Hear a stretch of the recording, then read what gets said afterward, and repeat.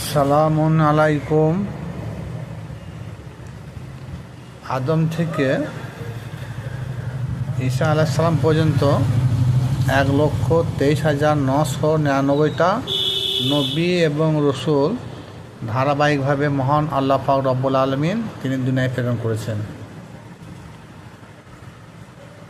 আদি নবী হযরত আদম আলাইহিস সালাম। যে আদি নবী হযরতে আদম আলাইহিস সালামের কলমা ছিল লা ইলাহা ইল্লাল্লাহু মুহাম্মাদুর রাসূলুল্লাহ। সেই আদম নবী কমদের ছিল কলমা ছিল কি লা ইলাহা ইল্লাল্লাহ আদম সফিউল্লাহ। তারপরে শীষ আলাইহিস সালাম ছিলেন, তিনার কলমা ছিল লা ইলাহা ইল্লাল্লাহ মুহাম্মাদুর রাসূলুল্লাহ। তিনার কমদের কলমা ছিল লা ইলাহা ইল্লাল্লাহ ইদ্রিস রসুল্লাহ, শীষ আলাইহিস সালাম রসুল্লাহ। তারপরে ধারাবাহিক এইভাবে কোরআন ভিত্তিক যে 25টা নবী দুনিয়ায় এসেছে, যে কোরআনে 25 জন নবীর নাম পাওয়া যায়, আরও সব নাম বাতেনে আছে। যাই হোক, 25 জন নবী, যেমন ইব্রাহিম নবীর কলমা ছিল লা ইলাহা ইল্লাল্লাহ মুহাম্মাদুর রাসূলুল্লাহ। দাউদ নবীর কলমা ছিল লা ইলাহা ইল্লাল্লাহ মুহাম্মাদুর রাসূলুল্লাহ। ইয়াকুব নবীর কলমা ছিল লা ইলাহা ইল্লাল্লাহ মুহাম্মাদুর রাসূলুল্লাহ। ইউসুফ নবীর কলমা ছিল লা ইলাহা ইল্লাল্লাহ মুহাম্মাদুর রাসূলুল্লাহ। মুসা নবীর কলমা ছিল লা ইলাহা ইল্লাল্লাহ মুহাম্মাদুর রাসূলুল্লাহ। ঈসা নবীর কলমা ছিল লা ইলাহা ইল্লাল্লাহ মুহাম্মাদুর রাসূলুল্লাহ। কিন্তু প্রত্যেক নবী রাসূলদের তার কমদের কলমা ছিল সেই নবী রসুলদের নামেই ছিল। কিন্তু যেমন বললাম, আদম নবী কমদের কলমা লা ইলাহা ইল্লাল্লাহ আদম সফিউল্লাহ। ইব্রাহিম নবী কলমা লা ইলাহা ইল্লাল্লাহ ইব্রাহিম খলিলুল্লাহ। ইসমাইল নবীর কলমা তার কমদের কলমা লা ইলাহা ইল্লাল্লাহ ইসমাইল জাবুল্লাহ। ঈসা নবীর উম্মতদের কলমা লা ইলাহা ইল্লাল্লাহ ঈসা রুহুল্লাহ। মুসা নবীর উম্মতদের কলমা লা ইলাহা ইল্লাল্লাহ মুসা কালিমুল্লাহ। এইভাবে প্রত্যেকটা নবী রসুলদের কলমা আলাদা, তাদের কমদের কলমা আলাদা। আর হুজুর পাক সাল্লাল্লাহু তাআলা আলাইহি সাল্লামের কলমা কারো জানা আছে বা কারো নাই। হয়তো বললে হয়তো অনেকে হয়তো বলে না এটাই ঠিক, লা ইলাহা ইল্লাল্লাহ আনা মুহাম্মাদুর রাসূলুল্লাহ সাল্লাল্লাহু তাআলা আলাইহি সাল্লাম। এবার আসুন,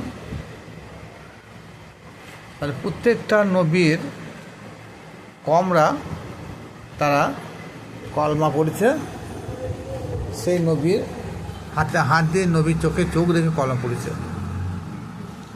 আর যে 25 জন নবী প্রকাশ্যে কোরআনে পাওয়া যাচ্ছে এবং 1,24,000 নবী যেটা কোরআনে না, সেটা হাদিসে পাওয়া যায়। কিন্তু যাই হোক, সেই সমস্ত নবীগুলোকে আল্লাহ পাক রব্বুল আলামিন একত্রিত করেছিল একদিন রূহ জগতে। তা সমস্ত নবী রসুলকে একত্রিতভাবে এক কাতারে দাঁড় করেছিল। আর সমস্ত নবীর কাছে আল্লাহ পাক রব্বুল আলামিন অঙ্গীকার নিয়েছিল যে আমি তোমাদের কাছে এমন একটা নবী হাজির করেছি, সেই নবীর প্রতি তোমাদের সকলকে কলমা পড়তে হবে। সেটা কি লা ইলাহা ইল্লাল্লাহ মুহাম্মাদুর রাসূলুল্লাহ। সকল নবীরাই তখন হুজুর পাক সাল্লাল্লাহু তাআলা আলাইহি সাল্লামের নামে কলমা পড়েছে এবং কলমা তৈবা বা তৌহিদ কলমা তিনারা পড়েছেন। তাহলে যে কোরআন ভিত্তি যে 25 জন নবী, হাদিস ভিত্তি যে 1,24,000 কি 25,000 নবী, সেই সমস্ত নবী রসুলগুলা তারা ওপেন হুজুর পাককে দেখে কলমা পড়েছে। আর প্রত্যেকটা নবীর কমরা তারাও সেই নবীদের চোখে চোখ রেখে হাতে হাত রেখে বায়েত গ্রহণ করে কলমা পড়েছে। এখানে অস্বীকার করা কোনো কথা নয়, এটা কোরআন থেকে প্রমাণিত। এইবার চিন্তা করুন, হুজুর পাকের জামানায় আবু বকর, উসমান, উমর, আরও সব জলিল কদর যেসব সাহাবীরা ছিল, সেসব সাহাবীরা কলমা পড়েছিল ওই রকম। হুজুর পাক সাল্লাল্লাহু তাআলা আলাইহি সাল্লামকে চোখে দেখিয়ে, হাতে হাত রেখে কলমা পড়ে বায়াত গ্রহণ করে ঈমান এনেছে।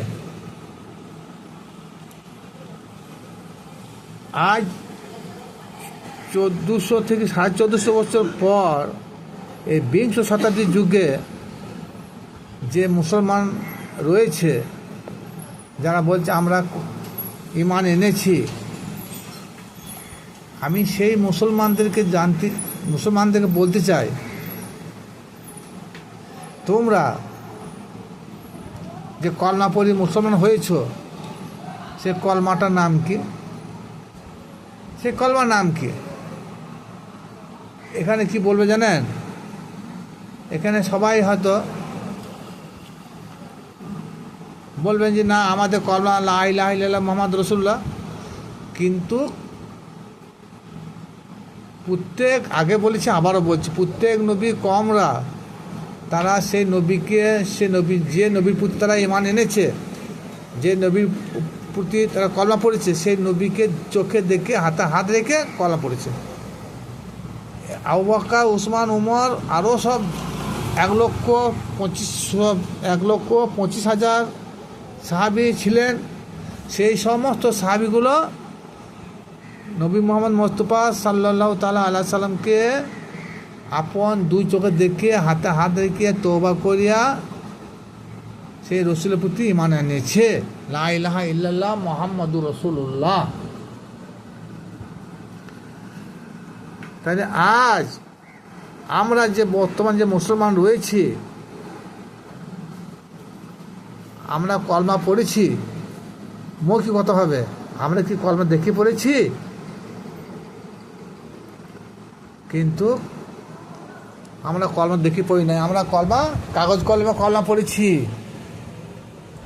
একা বার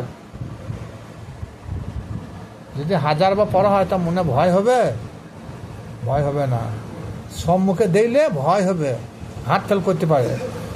তদ্রূপ আগুন, বৈশ্বিক আগুন ভয়ঙ্কর রূপ ধারণ করতে পারে। কিন্তু বৈশ্বিক আগুন যদি কাগজ কলমে লেখা হয় 1000 বার, তাতে খাতাও পড়বে না, মনও পড়বে না, হাতও পড়বে না, কী হবে? কিছু ফায়দা আসবে না। সেই আগুনকে স্বচোখে দেখতে হবে, ব্যবহার করতে হবে, তবে আগুনের যে খাসিয়ত সেটা তা অনুভব করা যাবে। তদ্রূপ বাঘও তাই, বাঘের যে খাসিয়ত, বাঘকে ডাইরেক্ট সরাসরি স্বচোখে দেখতে হবে, তাহলে বাঘ যে মানুষ খোকো, একটা হিংস্র প্রাণী, সেটা বোঝা যাবে। আগুনও তাই, আগুনের কর্ম যে কোনো বস্তুকে জ্বলিয়ে পুড়িয়ে সারকার করে দেওয়া, তাহলে আগুন লেগলেও হবে না। তাহলে প্রত্যেকটা নবীর উম্মতরা তাদের সে নবী রসুলের উপরে সাক্ষ্য প্রদান করেছে, কলমা পড়েছে। হুজুর পাকের জামানায় জলিল কদর সাহাবী ছিল 1,00,000 সাহাবীরা, তারাও আপন চোখে দেখে কলমা পড়েছে। আজ এই বিংশ শতাব্দীতে মুসলমানরা তার সে রসুলকে দেখতে পাচ্ছে না, তাহলে কী হবে? তারা কলমা পড়লো বা পড়তে পারে। পরে যারা তরিকতের ভাই আছেন, যারা বায়াত গ্রহণ করেছেন, তারা হয়তো অনেকটাই বুঝতে পারছেন আমার কথাগুলো। আর যারা বায়াত গ্রহণ করেন নাই, তারা তো আং বাং ভাবছেই। কিন্তু আং বাং ভাঙলে কিছু করার নাই। আপনি যতই আং বাং ভাবুন, আপনি নিজের জায়গায় থাকবেন, আমি আমার জায়গায় থাকবো। কিন্তু আবারও বলছি, প্রত্যেক নবীর উম্মতরা তারা সেই রসুলকে স্বচোখে দেখেই মানে নিয়েছে।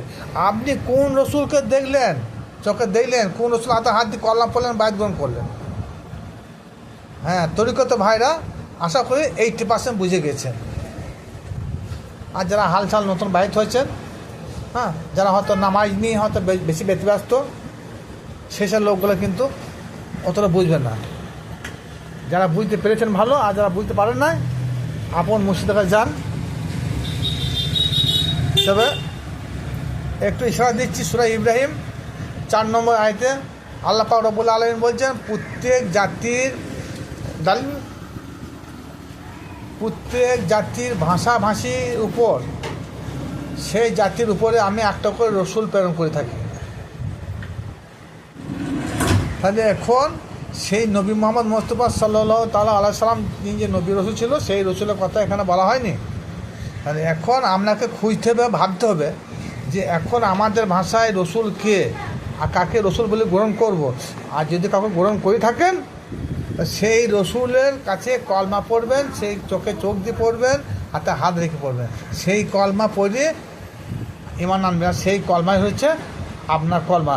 আবু বকর, উসমান, উমর, জলিল কদর সাহাবীরা যেভাবে কলমা পড়েছেন, তদ্রূপ আপনিও সেরকম ওই সূরা ইব্রাহিমের 4 নম্বর আয়াতটাকে ফলো করে, হ্যাঁ, রসুলকে দেখে হাতে হাত রেখে সেই রসুলের নামে কলমা পড়বেন।